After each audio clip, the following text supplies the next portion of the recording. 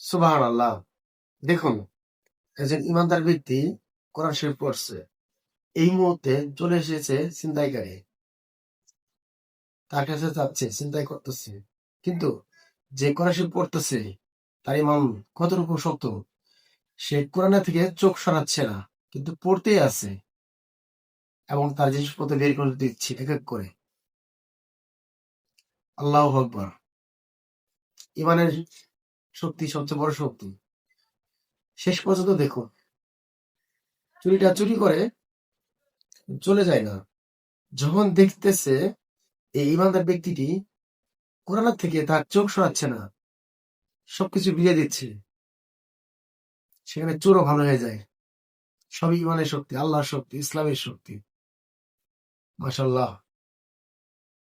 দেখুন, অবশেষে চোর তার ভুল বুঝতে পেরে সকল কিছু তাকে দিয়ে দিচ্ছে এবং ঢেকে রেখে চলে যাচ্ছে। এটা ইসলামের শক্তি। মারহাবা।